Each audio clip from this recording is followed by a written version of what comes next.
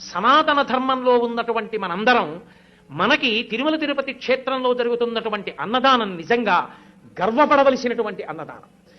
మీరు వెళ్ళి చూడండి, అక్కడ ఇప్పుడు ఒక పెద్ద గోడ ఒకటి ఆ నిర్మాణంలో వచ్చింది.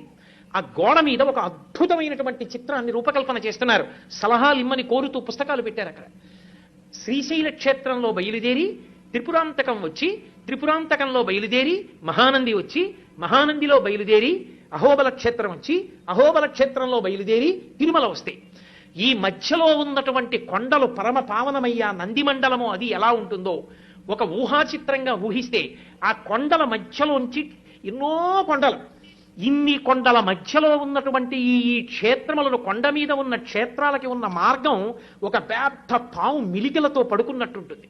అది వెంకటాచలం దగ్గరికి వచ్చేటప్పటికి పడగలు విప్పి శేషుడు అవుతుంది.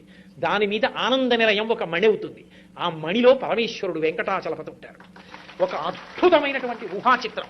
దాన్ని అక్కడ ఉంచారు. అది కొద్ది రోజుల్లో అక్కడ గోడ మీదకి ఎక్కబోతోంది. నాకనిపించింది, శ్రీశైలం అద్భుతమైనటువంటి క్షేత్రం, మల్లికార్జున లింగం అక్కడ. ఆ శ్రీశైల లింగం జీవబ్రహ్మ అభేదాన్ని తెలియచేస్తుంది.